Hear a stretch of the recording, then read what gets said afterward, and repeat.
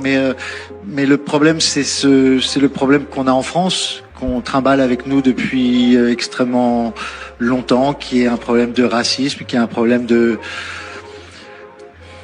Ouais. Difficulté à intégrer.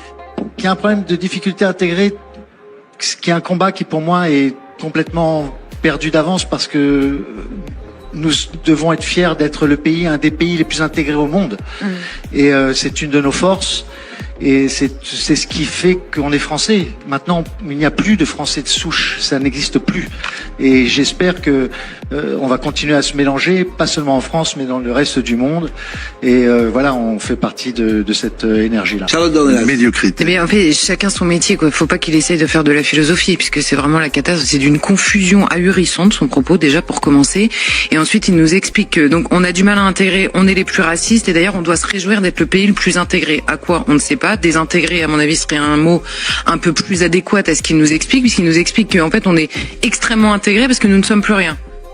C'est original comme propos, c'est vraiment très original. Donc c'est un mélange de tout, on ne sait pas très bien identifier. La seule chose dont on est sûr, c'est qu'il reste suffisamment de Français de souche pour les traiter de racistes du matin au soir.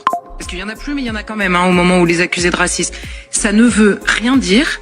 Simplement, il remet encore un coup de trick à la France qui n'en peut plus. Les Français juste n'en peuvent plus. Au-delà des questions des causes des uns et des autres, est-ce qu'ils voient qu'il y a des gamins qui meurent de coups de couteau tous les 3 jours? Ils le voient, ça? Ils vivent dans le même pays? Non. Ils sont ailleurs, ils ne voient pas la souffrance réelle de gens, ils les accusent du matin au soir, alors que les Français sont inquiets. Inquiets de voir disparaître leur pays